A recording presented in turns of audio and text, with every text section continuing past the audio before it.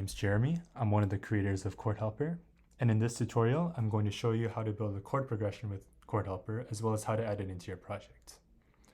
In this tutorial, I'll be adding it into FL Studio project. And in the end, I'm going to make a beat out of the progression that I built.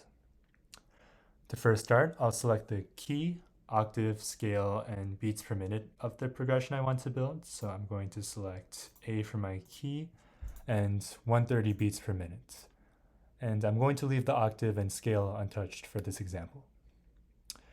All right, so now we have our interface. So there's two ways to build chords with ChordHelper. The first way is by dragging and dropping pre-built chords into these chords below. So each of these pre-built chords are based on the key, octave, and scale that you chose earlier. And you can preview them by clicking on the play button for each of these pre-built chords.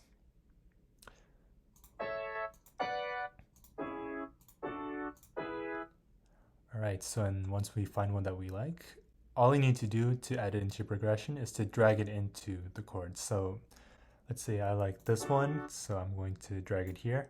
You can see I'm previewing it by clicking on the chord, and I'm also going to drag this one here, like that.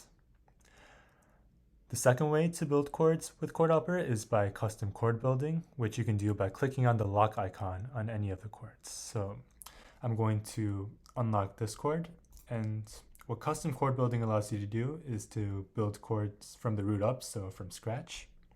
And as you can see, when I click the lock icon, there's white notes and then there's grayed out notes. So the white notes are the ones that are in the key and scale of the options that you chose earlier, and you can use those to build your chords. So I'm going to start by choosing C sharp, and then E, then G sharp.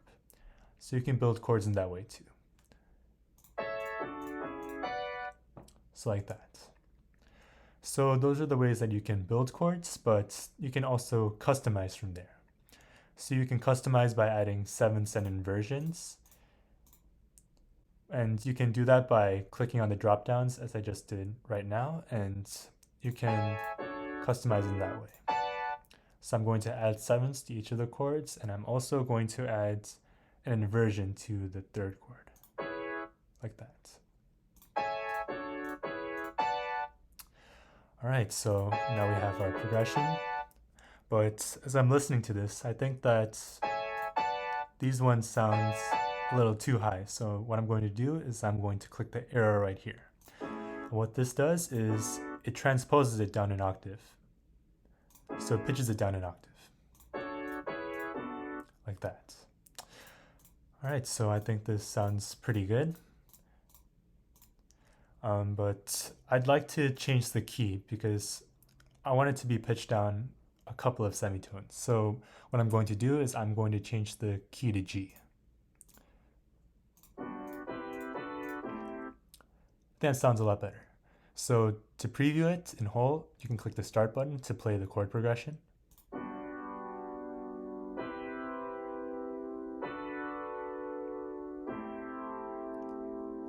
All right, so I think I like that. So to download it, all I need to do is click download MIDI file, and to add it into my project, I already have an FL Studio project and an instrument I want loaded here. So I'm going to click the downloaded item I just have, which is the MIDI file, and I'm going to drag it in like that. And now it's in my project, so I can play it.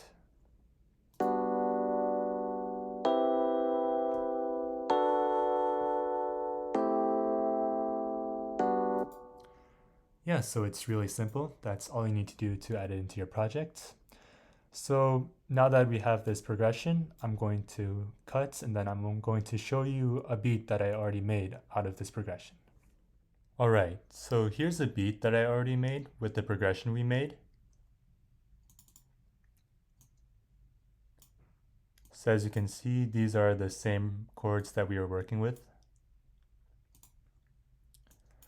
So I'm just going to demo this track for you, just so you get a better understanding of what the progression would sound like in the context of a full track.